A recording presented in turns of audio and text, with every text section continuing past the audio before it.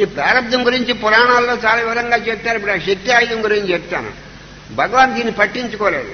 ఇది ప్రారంభం దేహానికి నీకు దేహం అనే తలంపు దేహం లేననే తలంపు ఉన్నప్పుడు నీకు ప్రారంభం, కానీ గాఢ నిద్రలో నీకు ప్రారంభం ఉందా అని అడిగారు. ఇది ఫైనల్. భగవాన్ టీచింగ్ ఇది ఫైనల్, ఇట్ ఈజ్ అల్టిమేట్, ఇది సుప్రీంకోర్టు ఫుల్ బెంచ్ జడ్జిమెంట్. ఇది మీరు అర్థం చేసుకుంటే మానవుల మీద వెళ్ళిపోవచ్చు మోక్షానికి.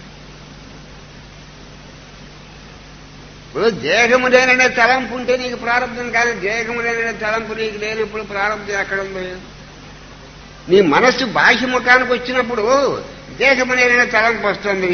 నీ మనస్సు అంతర్ముఖానికి వెళ్ళినప్పుడు దేహము లేననే తలంపు ఎక్కడైనా ఉందా నీకు? గాఢ నిద్రలో నీ నిద్రపోతా అంటే దేహము లేననే తలంపు నీకు ఎక్కడైనా ఉందా? లేదు.